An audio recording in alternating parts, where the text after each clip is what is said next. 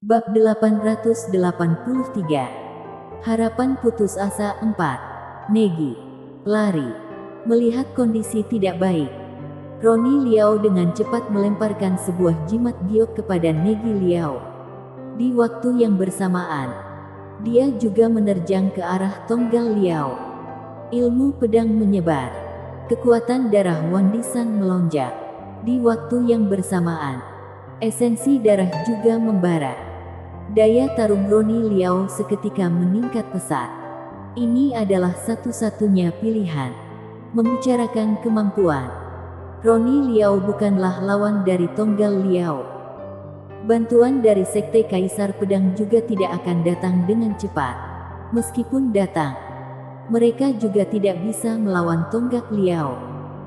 Jika Tonggak Liao bisa masuk ke dalam Sekte Pedang Kaisar dengan diam-diam, berarti kemampuannya sudah terbukti. Jadi yang bisa Roni Liao lakukan adalah menggunakan nyawanya untuk menghadang Tonggal Liao. Berjuang mencari waktu agar putranya bisa melarikan diri. Ayah. Kedua mata Negi Liao menjadi merah.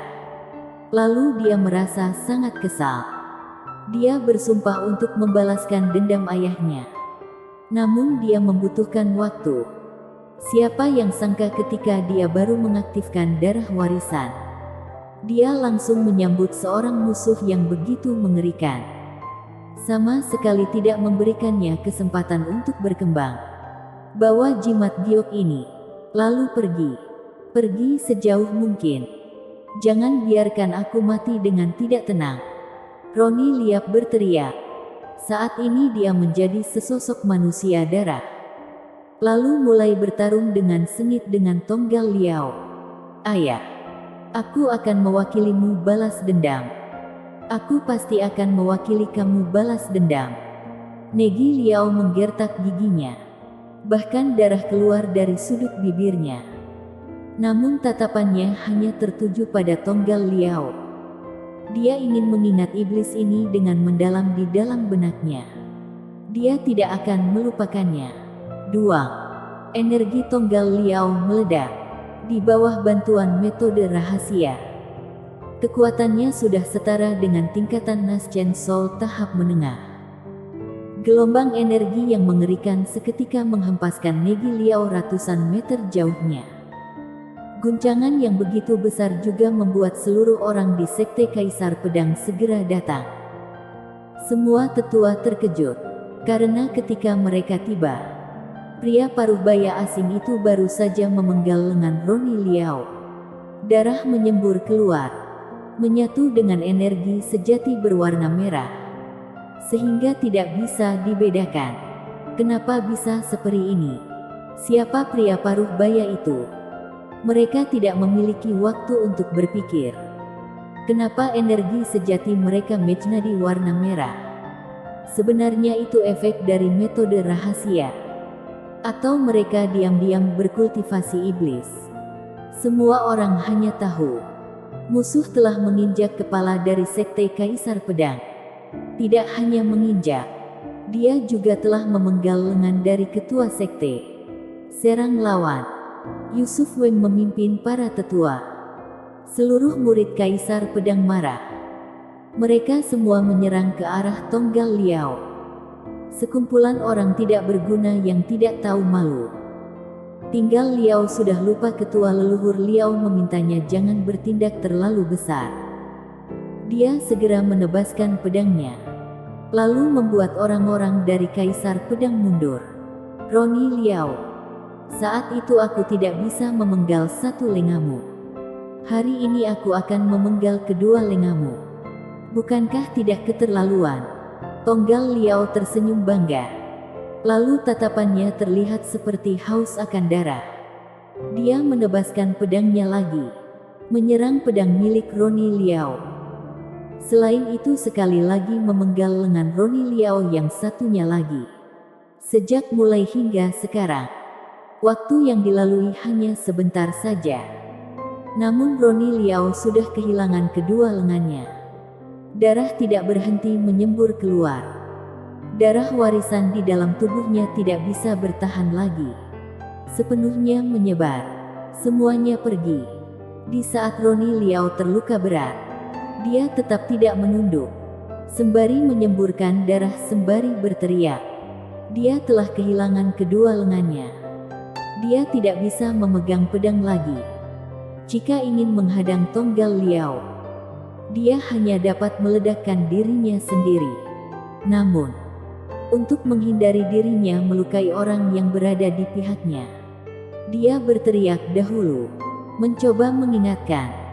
Namun karena Tonggal Liao memiliki waktu untuk merespon, dia segera melesatkan energi sejati berwarna merah ke titik saraf Roni Liao. Ingin meledakkan diri. Hehe, apakah mungkin?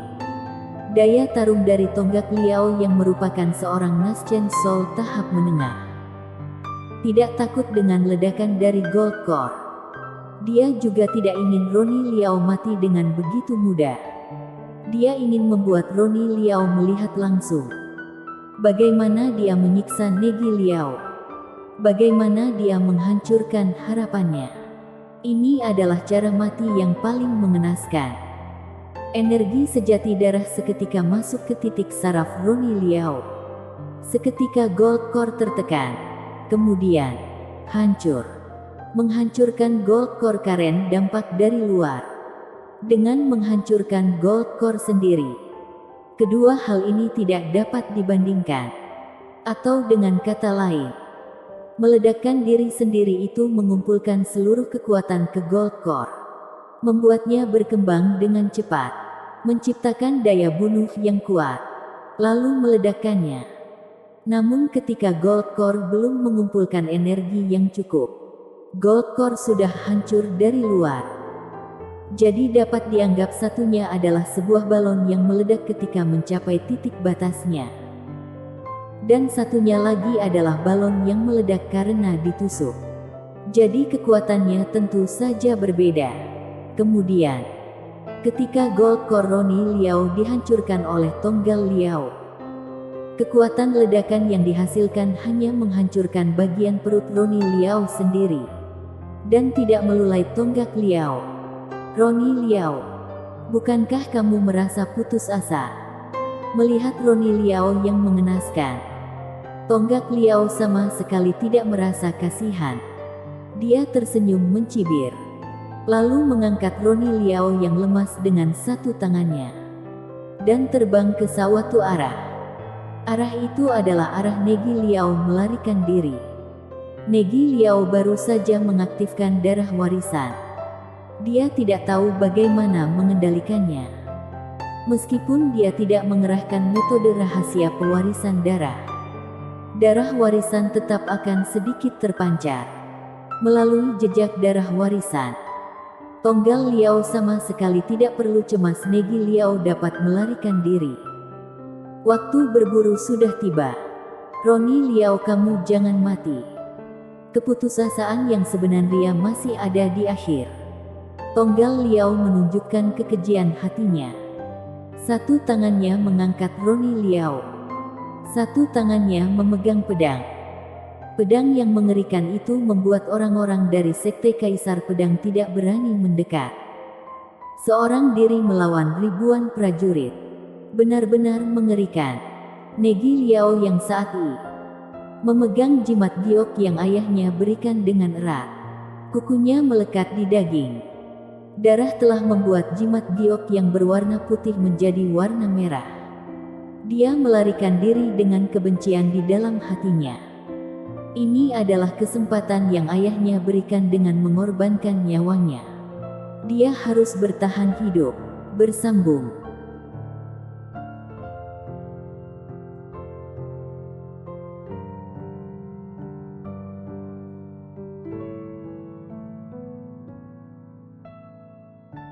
Bab 884.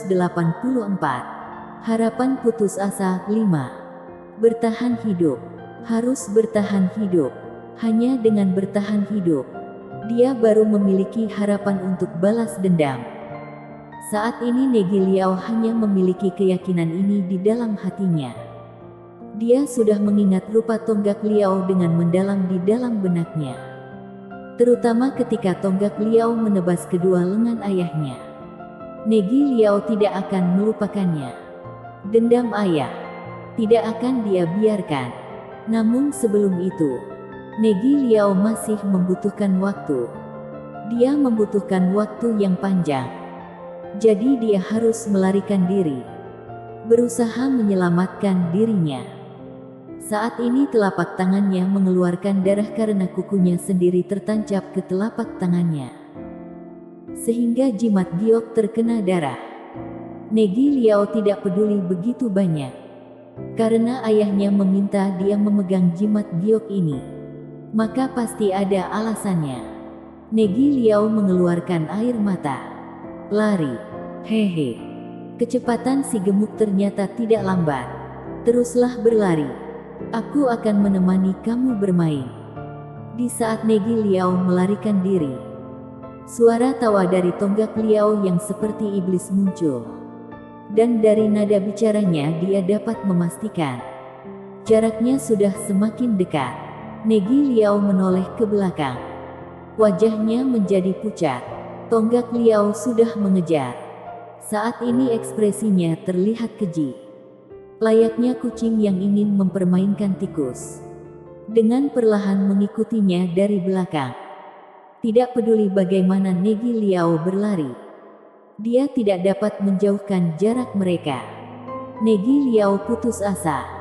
Dan yang lebih membuat Negi Liao sedih adalah ayahnya yang kehilangan kedua tangan. Saat ini dibawa oleh tonggak Liao. Dia terlihat sekarat, lalu terlihat sangat kesakitan.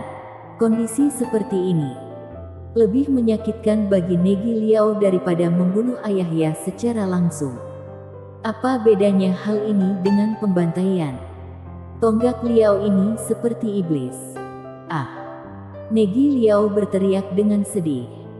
Dia berputar arah, menerjang ke arah tonggak Liao. Dia tidak melarikan diri lagi. Ingin melarikan diri juga tidak bisa. Lebih baik dia menemani ayahnya mati saja. Bahkan tidak bisa melawannya. Sebelum mati, dia juga akan berusaha menusuk tubuh tonggak Liao. Teknik pedangnya melesat keluar. Ilmu pedang menyebar. Tonggak Liao berkedip, lalu tersenyum sembari berkata, masih muda sudah menguasai niat pedang tingkat master. Ternyata memang bibit unggul. Ditambah lagi dengan darah warisan kamu itu. Di masa depan kamu dapat menjadi sebuah ancaman. Namun, kesempatan itu sudah tidak ada. Tonggak Liao terlihat tenang. Dia menendang Roni Liao. Kemudian dia melangkah maju dengan santai, menjentik jarinya. Dengan mudah menghempaskan tebasan pedang Negi Liao. Kualitas yang tidak buruk. Namun kamu terlalu muda. Pondasi kamu masih kurang. Tonggak Liao mengepalkan tangannya. Energi sejati seketika berubah menjadi tangan. Lalu segera menyegel Negi Liao. Meskipun Negi Liao memberontak, dia tetap tidak bisa terlepas. Ketika melihat putramu mati depanmu, bukankah sekarang kamu sangat putus asa? Tonggak Liao tidak lupa mencibir. Pedang darah di tangannya sekali lagi terbentuk. Dia berjalan ke depan Negi Liao, lalu mengangkat pedangnya. Roni Liao merasa sedih. Lalu dia berteriak, Tonggak Liao, kamu bajingan. Kamu akan mati mengenaskan. Benar, aku bajingan. Tonggak Liao tersenyum keji. Dia mengayunkan tangannya. Pedang darah tertebas. Tebasannya terarah ke kepala Negi Liao. Jika tidak terjadi hal di luar dugaan, ketika tebasan ini mendarat, tubuh Negi Liao akan terbagi menjadi dua bagian. Keputusasaan telah mencapai titik batas. Duang. Pedang darah mendarat. Energi melonjak. Cahaya pedang yang mengerikan membentuk parit panjang di lantai. Dengan Negi Liao sebagai titik awalnya, lalu menembus Negi Liao hingga ratusan meter jauhnya. Namun, tubuh Negi Liao tidak terbagi dua. Apa yang terjadi? Tonggak Liao mengerutkan alisnya. Ketika tebasannya tadi menerjang keluar, energinya sangat cukup. Namun dia dengan jelas merasakan ada sebuah energi pertahanan yang kuat melindungi Negi Liao di dalam pandangannya. Tidak tahu sejak kapan muncul sosok pria yang berdiri tegak. Dia terdiam, berdiri di sana. Hanya saja wajahnya tertutup dengan topeng. Namun saat ini Tonggak Liao merasakan hawa dingin. Lalu pupil matanya menyusut. Dan tanpa sadar dia mundur ke belakang. Aku sedang menghabisi pengkhianat dari sekte rahasia. Kamu siapa? Kenapa kamu ikut campur dalam masalah keluarga Liao? Tonggak Lian bertanya dengan waspada. Terlihat jelas. Yang menyelamatkan Negi Liao tadi adalah orang bertopeng ini. Sedangkan jika dia bisa menghadapi serangannya dengan mudah, berarti kemampuan orang ini tidak biasa. Tonggak Liao menjadi merasa waspada. Ketua Sekte, Roni Liao yang hampir pingsan. Ketika melihat orang yang datang, dia langsung menghela nafas. Saat ini bibirnya yang penuh dengan darah tersenyum tenang. Dia tahu, Negi Liao akan selamat. Karena sosok yang muncul ini adalah ketua sekte, Louis Zhang. Lebih tepatnya, Louis Lu. Dia datang karena jimat giok. Ketika Roni Liao melihat Tonggal Liao, dia langsung mengerahkan jimat giok, memberikan informasi kepada Louis Lu. Namun Louis Lu membutuhkan waktu untuk datang. Jadi Roni Liao menggunakan nyawanya untuk mengulur waktu. Selain itu menyerahkan jimat giok itu kepada Negi Liao. Meminta Negi Liao berlari sejauh mungkin. Sehingga waktu terulur. Dan Louis Lu bisa datang memberikan pertolongan. Dan akhirnya Louis Lu datang. Datang menyelamatkan Negi Liao. Tetapi, Louis Lu tetap tidak puas. Dia merasa dirinya terlambat. Teringat Roni Liao yang merasa senang karena baru saja mengaktifkan darah warisan. Lalu melihatnya kedua lengannya yang putus sekarang. Lalu terkapar dengan sekarat. Hal ini pasti memberikannya pukulan yang keras. Bukankah dia baru saja mengaktifkan darah warisannya? Louis Lu merasa kesal. Namun ekspresinya terlihat tenang. Bisa-bisanya kamu berani menyentuh anggota aku. Siapa yang memberikan kamu keberanian ini? Louis Lu berteriak. Energi sejati ilmu pedang menerjang keluar. Seluruh area seketika masuk ke dalam badai ilmu pedang. Tonggak Liao seketika tertekan. Aura kematian mendarat. Tonggak Liao terlihat ketakutan. Dia seperti mengingat sebuah ingatan yang mengerikan. Lalu berkata dengan suara yang bergetar, kamu ini, Tristan Ao. Bersambung.